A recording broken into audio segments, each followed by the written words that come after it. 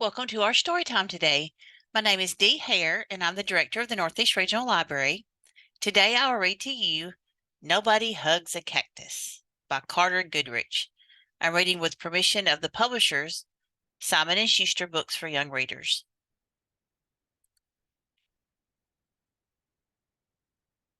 Hank lived in a pot. The pot sat in a window. The window looked out at the empty desert. It was hot, dry, peaceful, and quiet, just the way Hank liked it.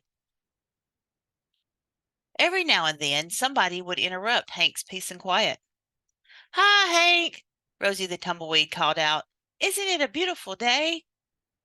Hank ignored her. He just wanted to be left alone. "Okay, so long," said Rosie cheerfully, and she tumbled away. Hank was happy again. But just as he was beginning to relax, "Hello," shouted the tortoise. "Private property," yelled Hank. "Keep out." The tortoise was so frightened he hid in his shell. Hank was still yelling at the tortoise when a jackrabbit dashed by. "Hiya, Prickles!" she shouted. "My name isn't Prickles," Hank yelled back. "And stay out of my yard." Tumbleweeds, tortoises, jackrabbits. What's next? Said Hank. A coyote came loping by. "No dogs allowed," Hank yelled.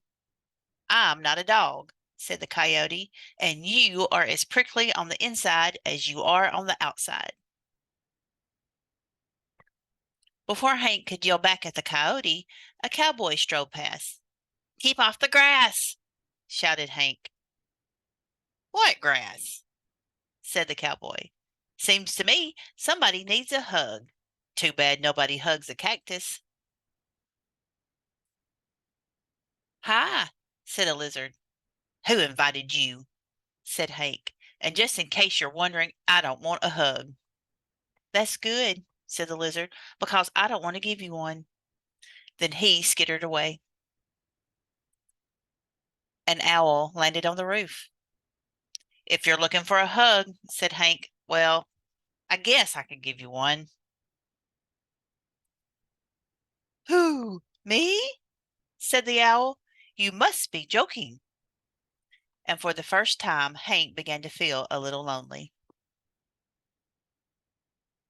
The next morning, Hank was feeling more sad on the inside than prickly. Maybe a hug wouldn't be so bad after all. The wind began to pick up. An old cup blew by and stuck to Hank's face. His arms were too short to get it off. "Great," said Hank. After a while, Rosie came bouncing by. "I'll get you off, Hank," she shouted, and she jumped up to knock the cup off Hank's face. Then she tumbled away. Hank didn't have time to thank Rosie. He felt bad about all the other times he had been so rude to her. So he came up with a plan. Hank decided to grow the best flower he could and then give it to Rosie as a thank you gift. It took days, but at last it was ready. He couldn't wait for Rosie to pass by again. When at last she finally did come bouncing back, Hank held out the flower. "Look, Rosie," he said, "I grew it just for you." Rosie was so surprised she jumped up and gave Hank a great big hug. It felt so nice Hank didn't want to let go.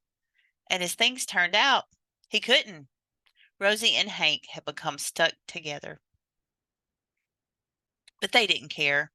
After all, it's better to be stuck in a hug than stuck all alone. Thank you for listening to our story today. Join us again tomorrow for another story time.